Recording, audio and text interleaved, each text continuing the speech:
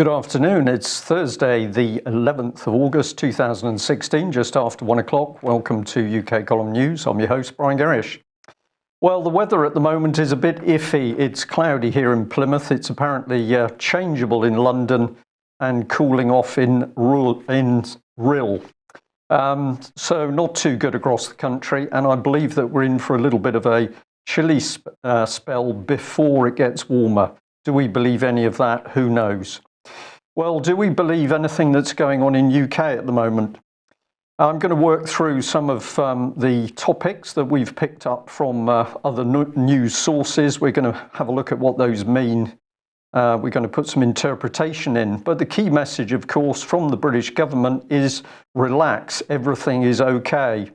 So let's have a look at the news today in those terms. We're relaxed, everything is okay, there's nothing to worry about. So bring in communist China to get involved in our nuclear power plants. Now, we've spoken on this several times over the last few days, and we're not going to leave the subject alone because everything is okay. We have the communist Chinese government getting involved, 33% to be precise, in the Hinkley Point nuclear power plant scheme. But oh dear, there's trouble. Now, initially it appeared that Prime Minister Theresa May had decided that this needed looking into. There was some blame put on the Chancellor. He hadn't done his job properly, but she was going to have a look at it. It now transpires something rather different was going on, and that is that the US were already looking at the Chinese nuclear industry because there was a conspiracy to develop nuclear material in China without the appropriate US nuclear approval. This was one of the key suspects, Alan Ho, and apparently at the direction of a Chinese state-owned nuclear power company, allegedly approached and enlisted US-based nuclear experts to provide integral assistance in developing and producing special nuclear material in China. Well, the company was the Chinese Nuclear Power Company, of course owned by the Chinese government, and as I've already said, it secured a 33% share in UK's Hinkley Point nuclear plant project. So apparently everything being okay in UK, nobody realised that the Chinese government would use the foot in the door technique to not only get involved in Britain's nuclear infrastructure, but nobody had any idea that those nasty Chinese might also try and pick up nuclear information. So despite the Home Office, Special Branch, MI5, MI6 and GCHQ, nobody knew that there was a risk. And it's apparently taken the Americans to decide that perhaps communist China might not be friendly if you give it access to your nuclear information and technology. So we'll leave people to think about that. So the first lesson from this article is that everything is okay. Where do we go? Well, let's have a look at this. This is The Guardian, and The Guardian is pointing out that Theresa May's had to be very careful in her dealings with Northern Ireland with regard to Brexit. And we've labelled that all quiet on the Brexit front because, of course, nobody has any idea if Theresa May is progressing Brexit or not. But what's the key issue? There's concerns for Northern Ireland, but little progress on that mechanism for out. And the Northern Irish contingent is saying it's critical to their economy, Northern Ireland economy, that our business, both indigenous and foreign direct investment companies, retain their competitiveness and do not incur additional costs. They go on to state, we need therefore to retain as far as possible the ease with which we currently trade with EU member states, and also, more importantly, retain access to labour. I think that means keep the door open for immigration. But this is the key point. They also say that since 1994, Northern Ireland has benefited from £11 billion of EU funding and is hoping to draw on a further £3 billion by 2020. So we can say here that everything is okay as long as the Northern Irish people can beg from the European Union. And of course, they're begging to take money which has largely been put in by Britain in the first place. So here we see the hidden power of the European Union at work. What is really driving it is who controlled the purse strings when money was being put into not only so-called regional governments, but also local governments. And no better example than that to talk about what has happened in Cornwall, which of course has swallowed up hundreds of millions of pounds of EU grant money to the extent that they're also desperate. Now it looks as though there might be a cut with Europe, but everything's okay. Well, really, we need the BBC to help us sort out this particular problem. So here we go. And the BBC is crowing that it's going to cost the Ministry of Defence an extra 700 million due to Brexit. Well, it's not the BBC that's commenting. They're simply advertising the Royal United Services Institute, which says that this cost is due to the fall in sterling, where military equipment purchases have been made in US dollars. Well, no great magic there, but a Professor Trevor Taylor from the RUSI think tank told BBC Radio 4 The World at One that the extra cost could lead to a budget black hole, presenting a serious problem for the UK's defence stance. And the BBC went on to label this suggestion the perfect storm. They didn't actually do any investigation of this type of comment, where a Major Tim Cross, retired British Army officer who supported Leave, said, well, defence spending is struggling, but he said we should be dealing with the Brexit situation rather than, quote, running around like headless chickens. So no BBC analysis of the real facts and the problem. And of course, a key part of the problem is that we are continually buying defence equipment overseas, whereas if we had invested in our own military infrastructure, rightly or wrongly, what that is used for, we would be creating jobs and we wouldn't be suffering from an exchange rate problem. But this was too much for the BBC. They simply couldn't spare a journalist to dig deeper. So if we can just pop that one back on screen, we're going to label this "Everything is okay" in the BBC propaganda machine.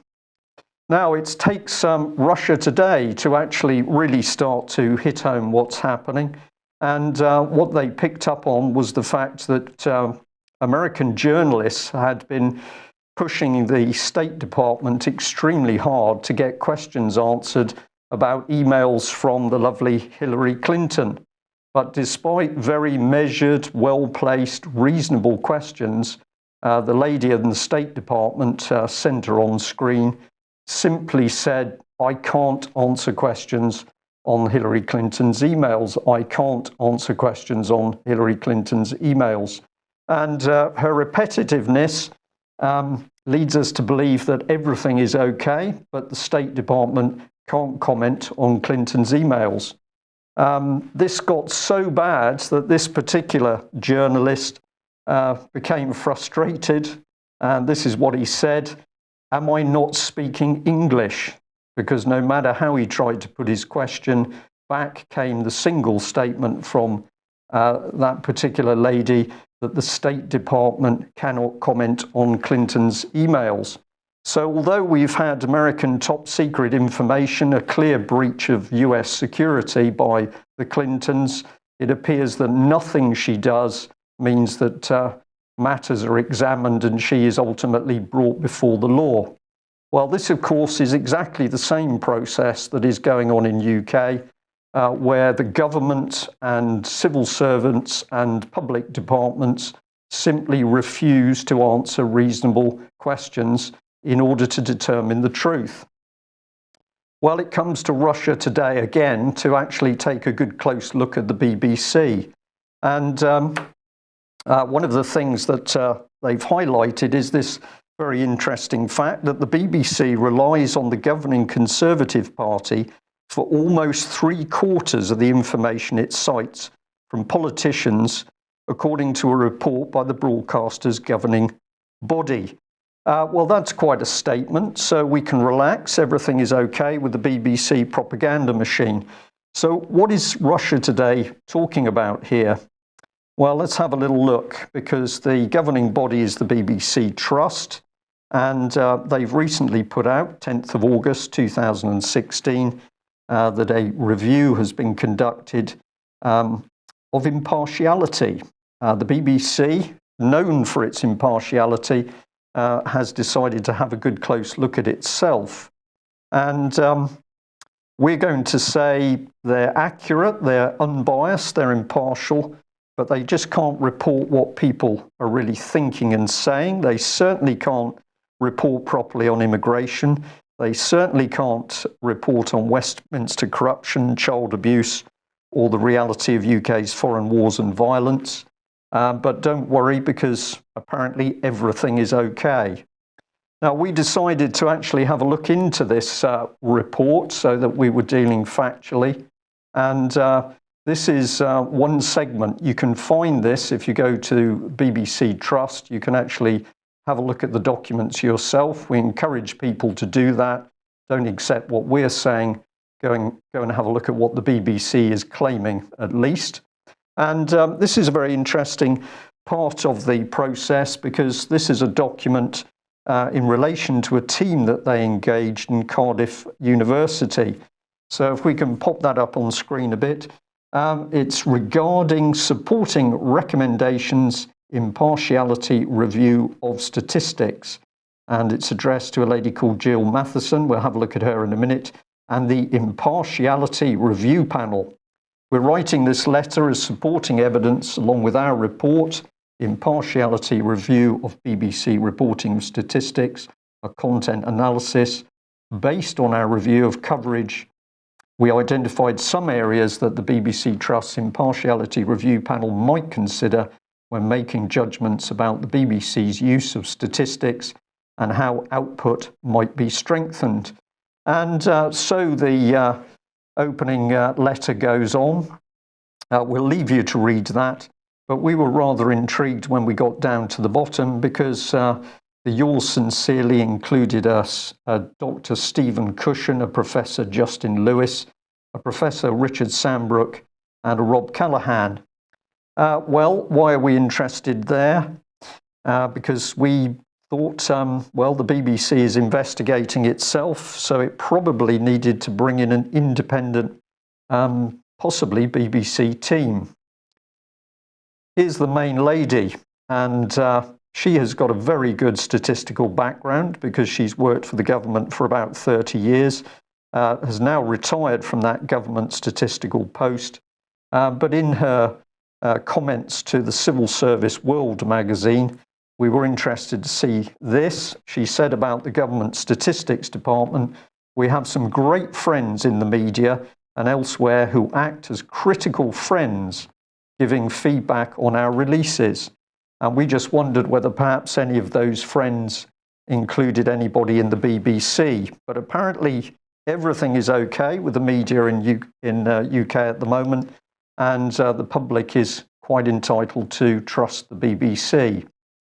Well, the name we spotted on the bottom of that report was no less than this gentleman, and here he is. This is Mr. Richard Sambrook, Professor of Journalism and Director of the Centre for Journalism, Cardiff University, which undertakes postgraduate vocational training, and he is a former Director of Global News at the BBC, where he worked as a journalist for 30 years as a producer, editor and manager. So we take from that that was, of course, a totally detached and independent report, helping the BBC to ascertain that, of course, it is completely unbiased and accurate in its use of statistics or reporting. Does it get better? Well, of course it does. So let's have a look at another gentleman involved with the report, and here he is, Mr. Cushion. And he's the author behind this tremendous article. Well, it's a booklet, really. The Democratic Value of News. Why Public Service Media Matters. And we would say that, of course, the BBC would be considered by most people as a public service media provider. So here's the gentleman. He's a senior lecturer and director of MA Political Communication at Cardiff University School of Journalism, and he's involved with media and cultural studies. And we were very interested in this comment, just how important are public service media to democratic culture. Well, Stephen Cushion puts forward the convincing argument that for all the commercial choice and competition in contemporary news culture, public service media do not only remain distinctive from market-driven media, they contribute to raising the editorial standards of journalism more widely as well. So one of the key men used by the BBC was, of course, a big supporter of BBC-type public service journalism, and he thinks from the outset that organisations, presumably like the BBC, are just brilliant at raising journalistic standards. So I've got to put the title back on that slide, and let's just have a look at that, because we can all relax, everything is okay, and the BBC propaganda machine is having a really good look at itself to its entire satisfaction. So what did they look at? Well, here we've got it, and essentially they were looking at duly accurate and impartial content. So the review sought to answer the following questions: to assess whether BBC UK Public Services news and current affairs achieves due impartiality and accuracy on controversial subjects when it includes statistical analysis; to establish whether the BBC provides duly accurate and impartial reporting of statistics in its UK public service news. And so it goes on, but everything is okay. Well, if we get in a little deeper, we can see that this work has been prepared by a consulting organisation, Oxygen Brand Consulting, and this document is available on the BBC Trust website. But we thought we'd be interested, or our viewers and listeners would be interested, to have a look at the executive summary. It says, we summarise the audience research component of BBC Trust's review, which was designed to assess whether the audience perceive that BBC use of statistics supports impartial reporting, and as far as the audience can judge, whether the use of numbers in reports is accurate. So we just noticed here that there's something very key being stated. There is an assumption by the audience that figures quoted by the BBC will be accurate. And it goes on to say the study produced a consensus that the BBC is perceived to be accurate. But it's taken Russia today to drill a hole in this nonsense, because, of course, we now know that much of the statistics that's being used as far as the government is concerned is simply pumped straight out from the Conservative Party. But this has taken an in-depth analysis to establish. But don't worry, everything is okay, and the BBC is impartial. Well, this is part of the comment that was listed in the report, and we found this particularly interesting because Engaged Group Manchester said not having an agenda when telling a story, what they think is important is finding out the facts and sharing them without bias, covering all angles, aspects and sides of a story to try to tell the whole truth. And down at the bottom, there's some description of what's actually meant. Accurate meant biased on the facts, factual, true, truthful. So the point here is that the audiences knew perfectly well what they were after. They were not after propaganda. They were actually after the BBC to be factual, unbiased, and to be conducting investigative journalism in order to get to the real truth about what was going on. So what has the BBC Trust also been up to? Let's have a look at this. Going back a few years, this is back to 2010 is when this actually goes back to, although it was updated last year. So we've got the BBC Trust saying that BBC Network News has been giving coverage of the 4 UK nations. And did they really deal with aspects of devolution properly? We say that this is really propaganda. It's been done very, very subtly. But of course, here is the BBC now talking about the United Kingdom. Well, it's not really a United Kingdom, it's 4 nations. And this is going back in 2010. And what was the agenda here? We would say the agenda was a very creeping propaganda to get people used to the idea that we were going to see the breakup of UK. Did the BBC already know that? Well, I think that many people would say, of course they did. Well, are there other examples of the BBC at work? Let's enter with Russia. And this was pointed out to us by several people, but BBC News crowing over the fact that apparently we now have Polish preppers, it would appear, living in the woods. And what are they doing? They're preparing for war, according to the BBC. It says some 100,000 people have now joined paramilitary organizations in Poland. Others, so-called preppers, are learning how to survive a possible invasion. We've put the word Russian in there because that's what they're talking about. So there's no backing statistics or analytical statistics for the 100,000 people, none at all. But according to the BBC, 100,000 people in Poland are terrified of the Russians. The Polish government hopes these pro-defense groups will form the backbone of a new reserve force to help the professional army. So this BBC article could have been written directly by the Polish ministry, and we say what's going on here is, well, don't worry, everything is okay, but we've just got a BBC propaganda machine running. And they reinforced the story with this one. Poland plans paramilitary force of 35,000 to counter Russia. So I don't know whether this is in addition to the 100,000 preppers or 35,000 is a component of the preppers. But what does the BBC do? Well, the biased article starts with the anti-Russian lines. The territorial defence force is aimed at countering hybrid warfare of the kind that led parts of Ukraine to break away and pledge loyalty to Russia. So those nasty Russians are up front. Russia's annexation of the of the Ukrainian Crimea Peninsula in March 2014 and the insurgency by pro-Russian rebels in eastern Ukraine sent a chill through NATO members who used to be in the Soviet bloc.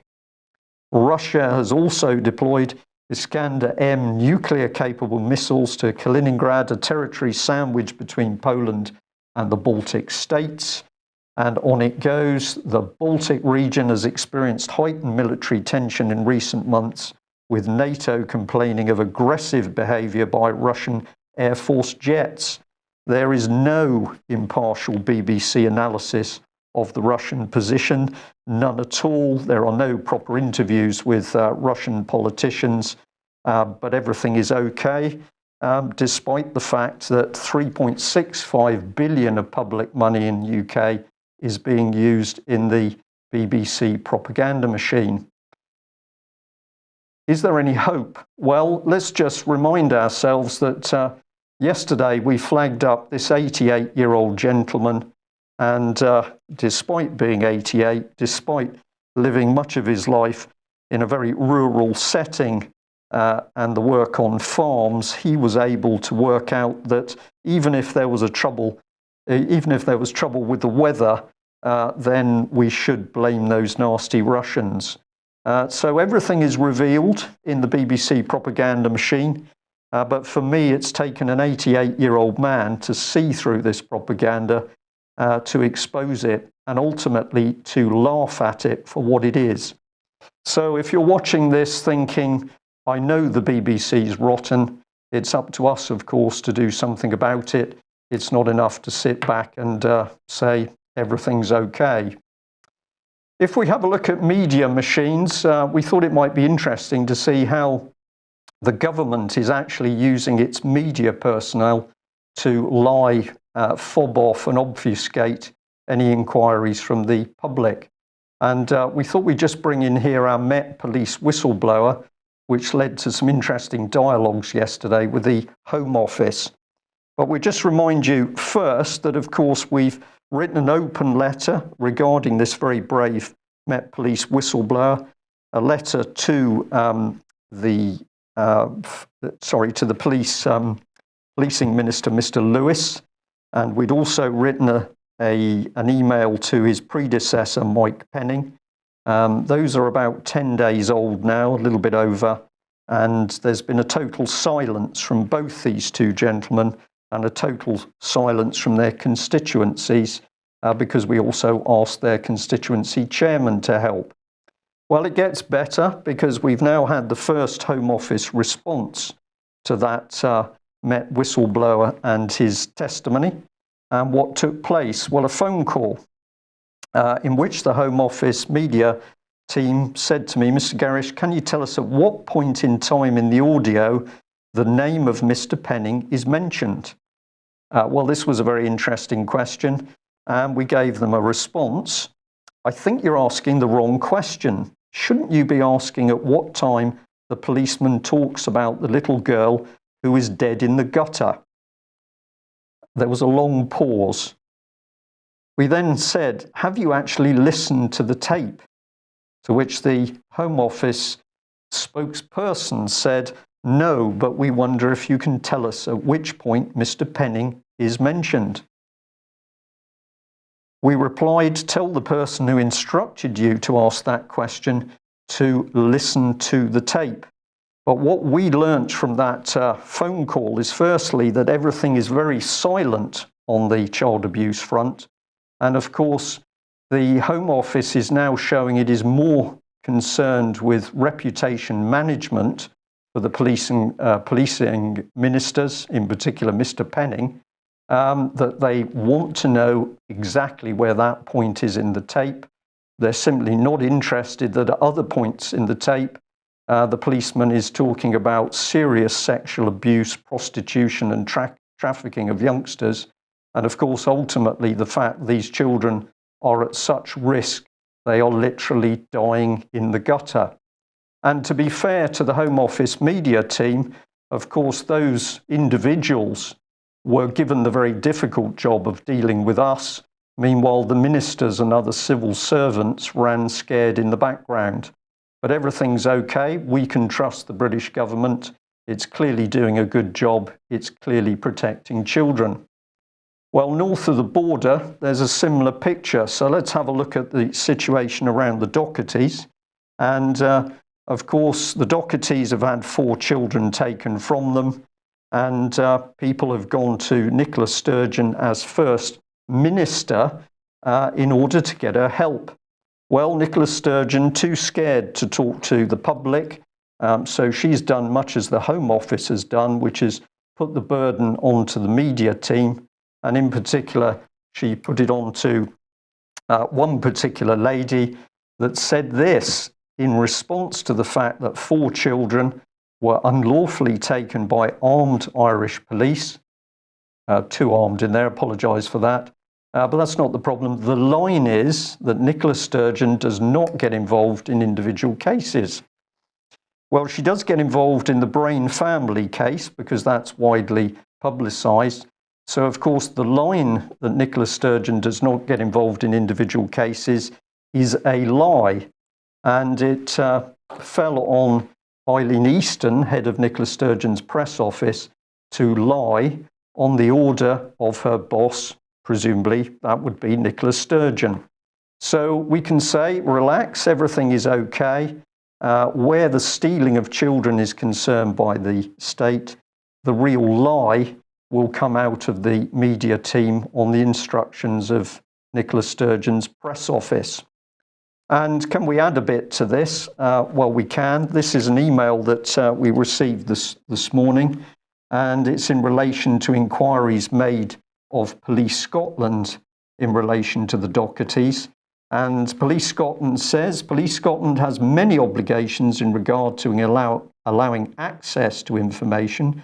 You can read more about this on our website, including details of applying for information under the Data Protection Act. and Freedom of Information Scotland Act 2002, due to data protection legislation, we will not be answering your question. And until we receive a copy of a valid UK press card for you, we will not be answering any further queries. So everything's okay, but the Scottish police are going to cover up criminal activity, albeit in Ireland, by virtue of the fact they're going to hide behind data protection. This is a very common tactic. And also now they're bringing in the fact that unless you belong to one of the two closed journalist organisations, we're not going to deal with you. We've had this problem before, but usually managed to get around it. But of course, the Police Scotland are saying, well, you don't belong to a press organisation, a bona fide press organisation, so we're not going to respond to you. And if we have a look at this one here, we've got another email, and it says, "Dear Ms. X, thank you for your email. The Scottish Government would always suggest that matters relating to alleged criminal activity are raised with Police Scotland.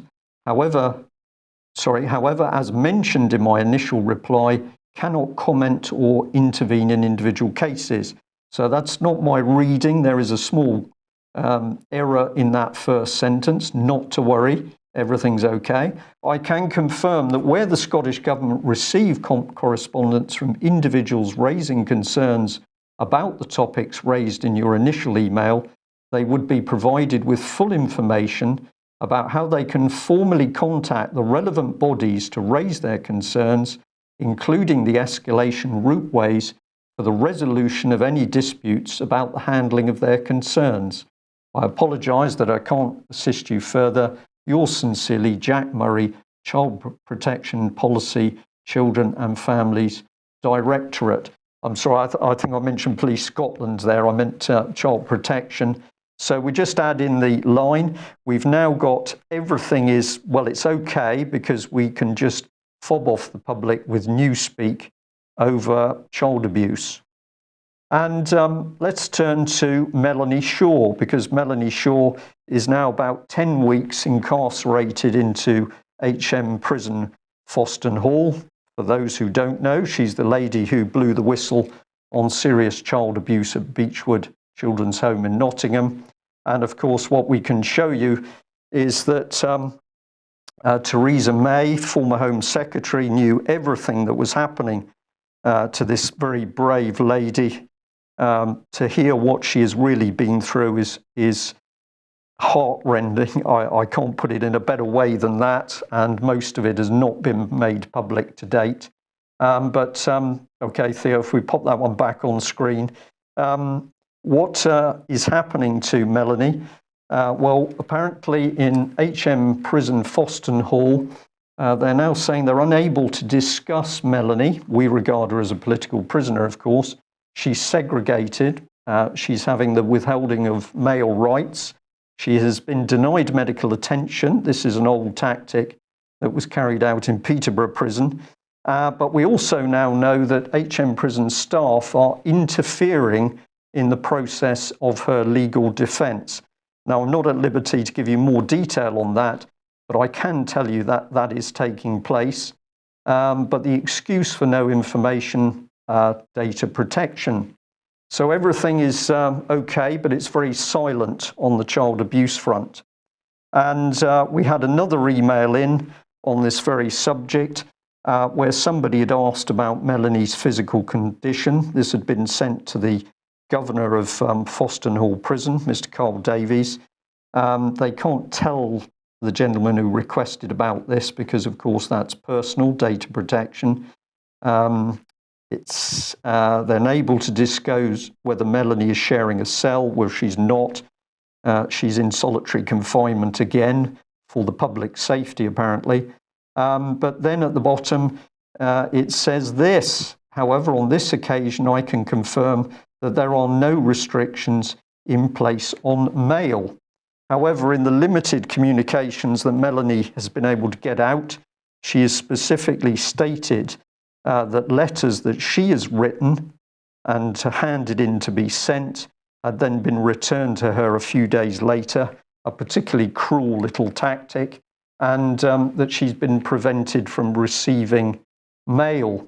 So my message here is not only the cruel treatment of a child abuse whistleblower, but the fact that we've got yet more government agencies obviously prepared to lie about what is really taking place in order to help keep Melanie away from the public's eyes and out of communication with the public.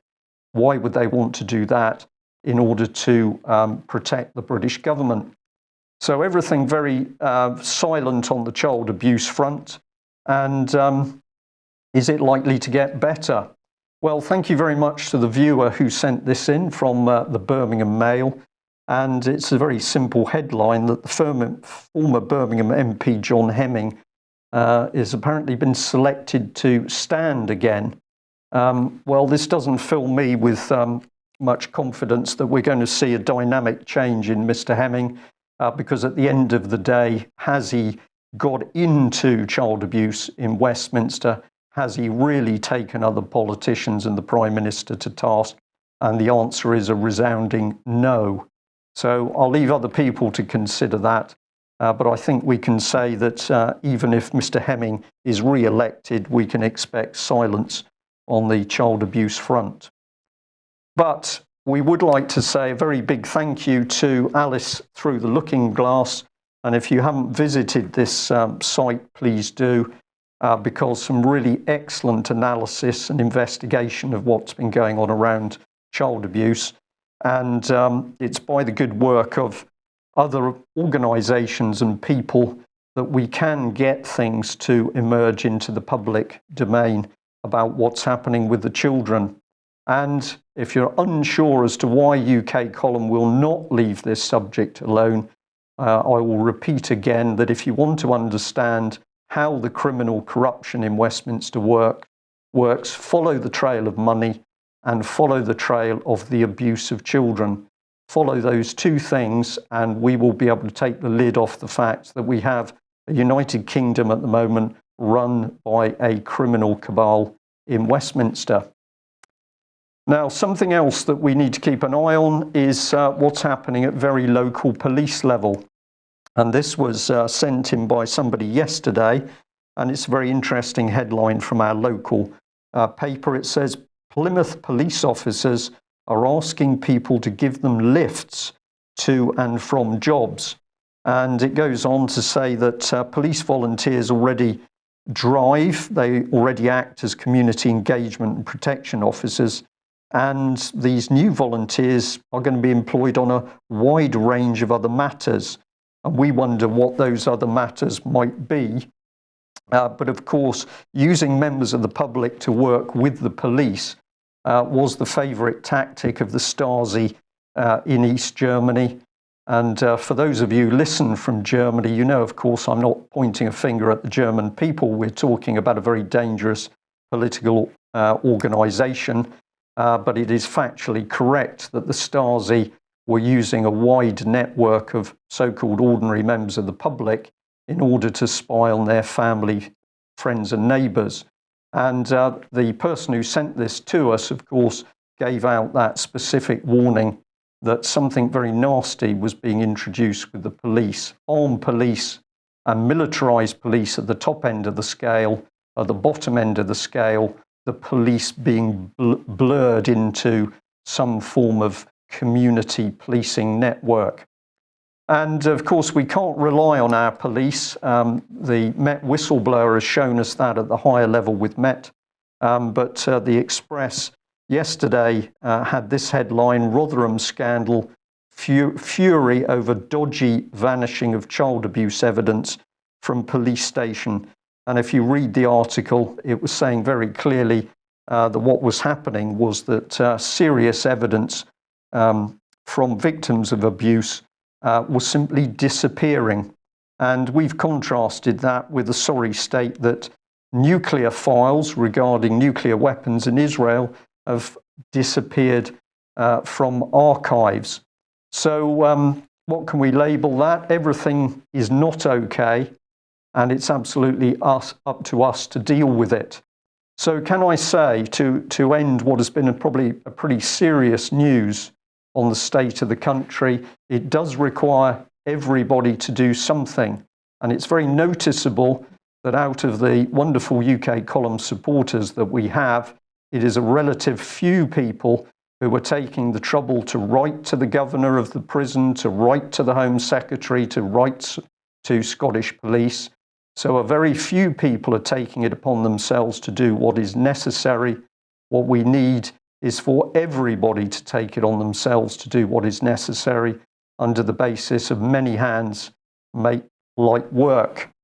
So we will end on a very positive note for us. We would like to say a very big thank you to all of you who've taken up subscriptions and made a donation to the UK column. We've had some very small donations from people who could only afford that amount, and we value those donations. We've also had some larger donations from people who are saying, I've only just discovered you, but please keep doing what you're doing. So we'd like to end by saying that we know there are many good people out there. Don't get dragged into the hole, as it were, but do take action, because at the end of the day, action conquers fear. Thanks very much for joining us. Everything is okay, provided we make it that way. Bye-bye.